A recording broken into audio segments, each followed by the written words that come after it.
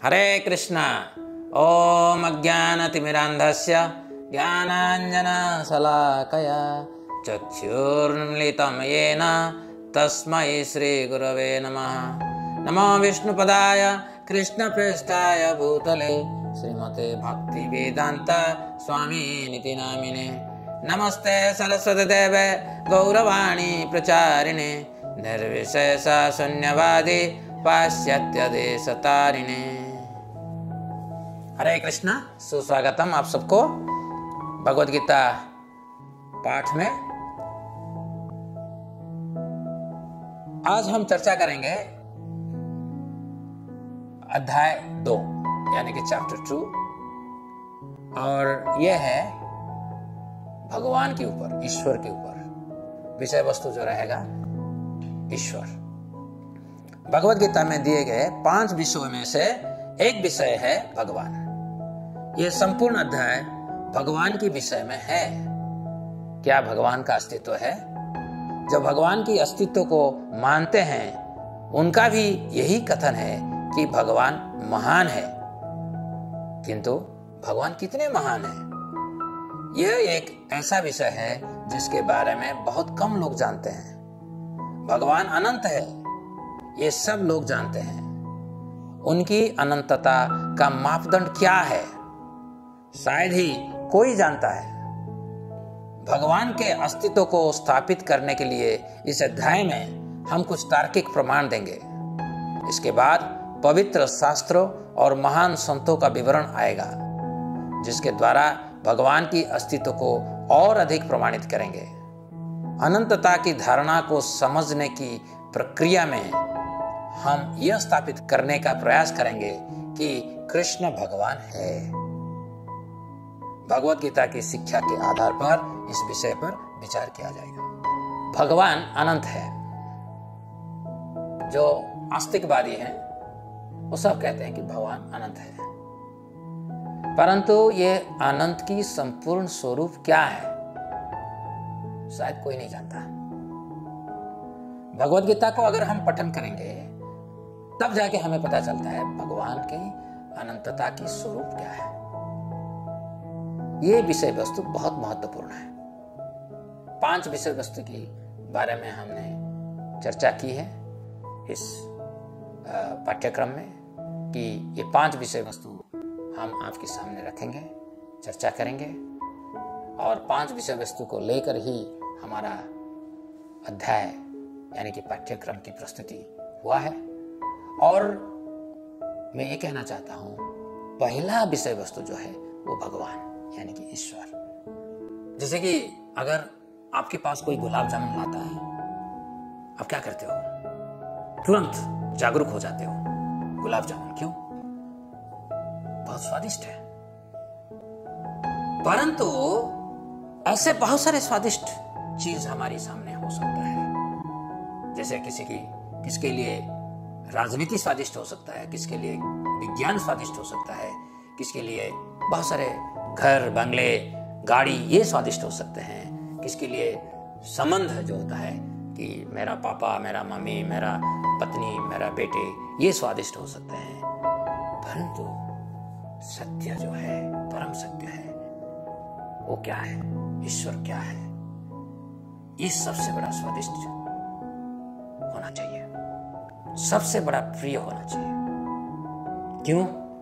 क्योंकि मैं मनुष्य जन्म को प्राप्त किया हूं, और मनुष्य जन्म को प्राप्त करने के बाद अगर मैं ईश्वर के बारे में प्रश्न नहीं कर पा रहा हूं, यानी कि मैं पशु चेतना में स्थित हूं।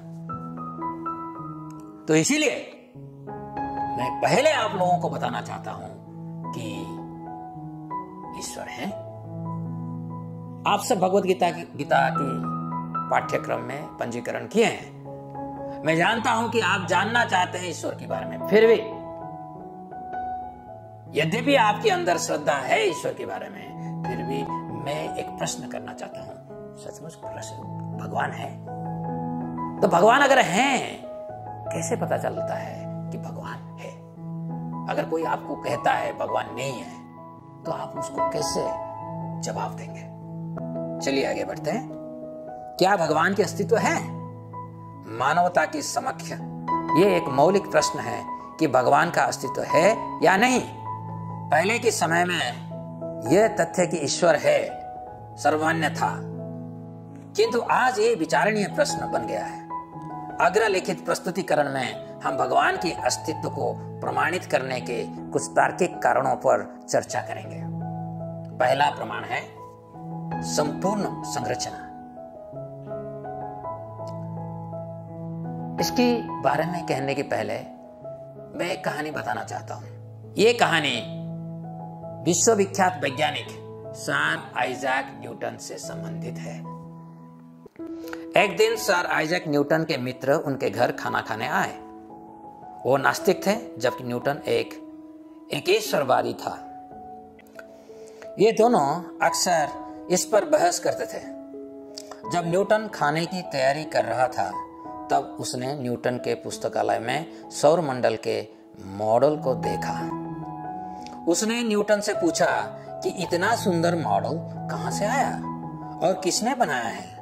न्यूटन ने अपने मित्र से लजाते हुए कहा कि यह मॉडल किसी के द्वारा नहीं बनाया गया, अपितु यह स्वयं ही प्रकट हो गया है। मित्र चिढ़ गया और उसने क्रोध में आकर कहा, क्या मैं तुम्हें मूर्ख दिखाई देता हूं? ये अवश्य ही किसी अत्यंत बुद्धिमान व्यक्ति ने बनाया है। तब न्यूटन ने विनम्रता से समझाया कि जब ये छोटा सा मॉडल स्वयं निर्मित नहीं हो सकता, तो संपूर्ण ब्रह्मांड की रचना स्वयं कैसे ही हो सकती है। आप कहते हो कि छोटे से खिलौना का निर्माता है, किंतु इतने बड़े ब्रह्मांड का निर्माता कोई नहीं है। अब मुझे बताओ कि आपके इस बीतू के तर्क का क्या कारण है। तो आपकी कोई भी दोस्त अगर आपको पूछता है भगवान है, ये कहानी आप जरूर उनको बताइए। एक छोटा सा मूर्ति प्रतिमा जो है बनाना पड़ता है, अपने आप बनती नहीं है। कोई भी अगर इस मूर्ति को बनाना चाहेगा तो पहले इसकी स्वरूप के बारे में वो सोचता है, इसकी मन में इसकी रचना होती है और उसके बाद इस धातु में उस रचना का स्वरूप प्रकट होता है। यानी कि कोई बनाने वाला है, अपने आप कोई चीज नहीं होता है। तो न्यूटन का ये कहना था अपने दोस्त के लिए, अगर आप मानते नहीं हो एक छोटा सा खिलौना अपने आप बन नहीं सकता है, फिर भी आप मान लेते हो वो सारा ब्रह्मांड, इतनी सुंदर ब्रह्मांड ऐसे ही संरचना हो जाता है। ये विडंबना है। सौर मंडल की अद्भुत संरचना। सौर मंडल अपने आप में एक आश्चर्यचकित कर देने वाले क्रम एवं संरचना का सटीक उदाहरण है। सूर्य के चारों ओर अपने अपने परिक्रमा पथों पर घूमते हुए ग्रहों की गति इतनी सटीक होती है कि उस सटीकता से हम अपनी घड़ी मिला सकते हैं। सूर्य और पृथ्वी की दूरी एक सही अंतर पर है। अगर पृथ्वी सूर्य के थोड़े भी और निकट आ जाते तो सूर्य के तेज तापमान के कारण जीवन संभव नहीं होता। इसी प्रकार यदि पृथ्वी सूर्य से थोड़ी दूर हो जाए तो बहुत ठंडे तापमान के कारण भी जीवन संभव नहीं होता। अतः इस ब्रह्मांड को बनाने वाले के अस्तित्व को हम कैसे नकार सकते हैं। यानी कि सौर मंडल की संरचना के बारे में अगर हम गहराई से सोचेंगे तो देखेंगे कोई तो निर्माता होना चाहिए।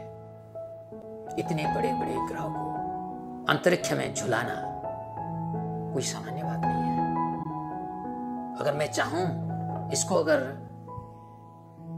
झुलाने के लिए कोशिश करूंगा, झुला नहीं सकता हूं, क्योंकि पृथ्वी की गुरुत्वाकर्षण की वजह से ये नीचे गिर जाएगा। अब मैं कह सकता हूं क्योंकि ये मेटल है तो मैग्नेटिक लेविटेशन में इधर सृष्टि करके इसको ऐसे एक फोर्स इसके ऊपर मैं प्रभावित करूंगा ताकि ऊपर रह सकता है। तो उसके लिए मुझे वैज्ञानिक बनना पड़ेगा, उसके बारे में सोचना पड़ेगा। सोचकर मैं इधर एक ऐसे मैग्नेटिक फील्ड की संरचना कराऊंगा जिसकी बल प्रयोग से ये झूल सकता है। परंतु हम छोटे छोटे चीज को झुला सकते हैं, बड़े बड़े जो ग्रह नक्षत्र को झुलाने वाले और कोई है। इसको समझना चाहिए। इस ब्रह्मांड में सब कुछ सूक्ष्मता से रचा गया है। इस भाग में हम अपने आसपास स्थित कुछ तथ्यों को जांचेंगे जिससे कि हम इस विषय को अच्छे से समझ पाए। जटिल जीवित शरीर, जैसे कि चित्र में दिखाया गया है कि प्रत्येक जीवित शरीर की शुरुआत एक कोशिका से होती है।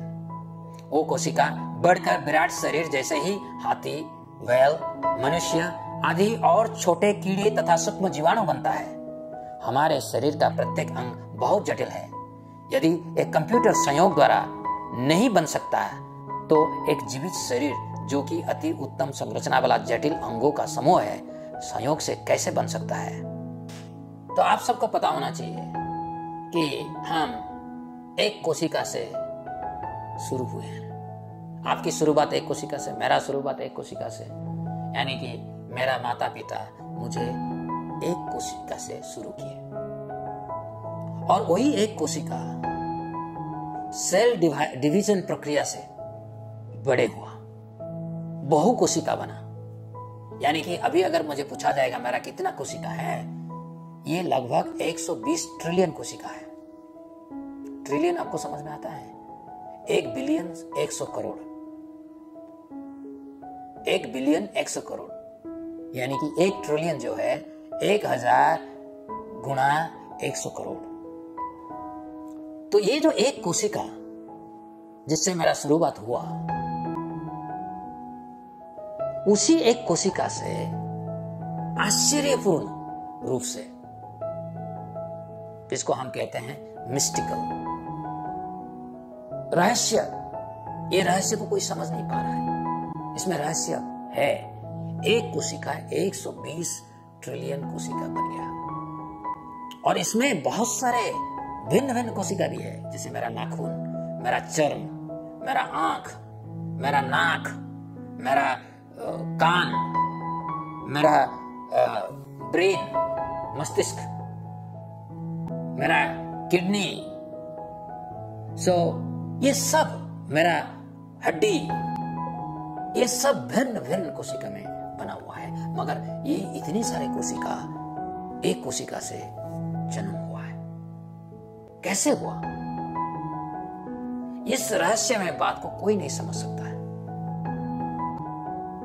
समझने के लिए तो वैज्ञानिक लोग कोशिश कर रहे हैं और कोशिश तो करना चाहिए, मगर करने के बाद अगर मुझे समझ में नहीं आ रहा है कि भगवान है, यानी कि मेरा जो प्रयास है इस कोशिका को समझने के लिए वो व्यर्थ है।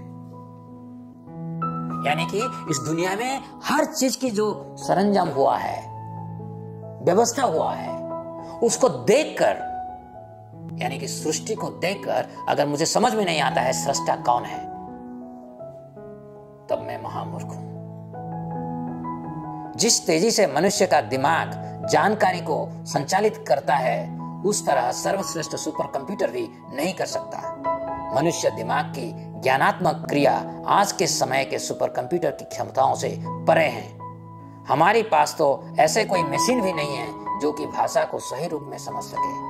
दुनिया का सबसे बड़ा सुपर कंप्यूटर मानव दिमाग के एक क्षण की क्रिया का हिसाब लगाने में 40 मिनट लगाता है। इस मनुष्य सुपर कंप्यूटर को बनाया। इस मनुष्य बड़े बड़े इमारतें बनाया। इस मनुष्य विश्व की एक प्रांत से दूसरी प्रांत को कनेक्ट कर दिया, दूरभाषा से, टेलीविजन से।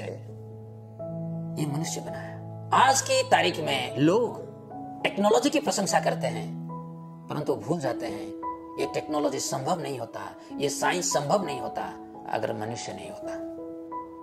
तो मनुष्य की संरचक कौन है? क्योंकि मनुष्य की संरचक भगवान है, इसीलिए लोग इसके बारे में चर्चा नहीं करते हैं, क्योंकि उनको भगवान पसंद नहीं है। एक छोटा बालक कई भाषाओं को समझकर सीख सकता है, किंतु किसी भी मशीन के पास ये क्षमता नहीं है। इसी प्रकार हमारी आंखें करोड़ों रंगों के भेद को पहचानने में समर्थ है। पीला, हरा और लाल, इन 3 मूल रंगों की सम्मिश्रण से करोड़ों रंग बन सकते हैं और हमारी आंखों में इन रंगों में भेद करने की क्षमता है। ऐसा कोई तो सृष्टिकर्ता अवश्य होगा जिसने ये सब अद्भुत चीजें बनाई होगी। दोस्तों, मेरा यही कहना था, सृष्टि को अगर गहराई से हम देखेंगे तो सृष्टा की नजर जरूर हो जाएगा। सृष्टि देखकर अगर हम सृष्टा को नहीं पहचान पा रहे हैं, यानी कि मैं अज्ञानता में भरा हुआ हूं। क्यों? सृष्टि को देखकर मैं सोचता हूं ये सृष्टि मेरा है, मेरा भोग की विषय वस्तु है, इसीलिए हम भगवान को समझ नहीं पा रहे हैं। मगर सृष्टि को देखकर कोई भी सभ्य मानव सृष्टा को समझने के लिए आगुर होना चाहिए। और आप सब हमारा साथ मिले हुए हैं, इसीलिए आप सबको मैं आभार प्रकट करता हूं। हरे कृष्ण।